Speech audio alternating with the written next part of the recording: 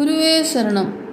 திரு அருட்பிரகாச வள்ளலார் இயற்றிய அருட்பெருஞ்சோதி அகவல் 140வது பாடல் வரை.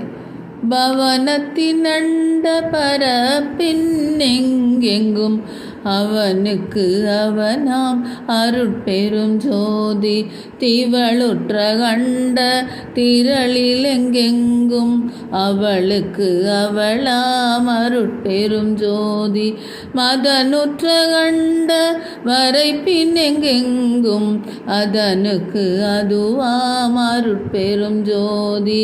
எழுப்பமாய் வெளியெல்லாம் கடந்து மேலப்பாலும் ஆகிய அருட்பெரும் ஜோதி.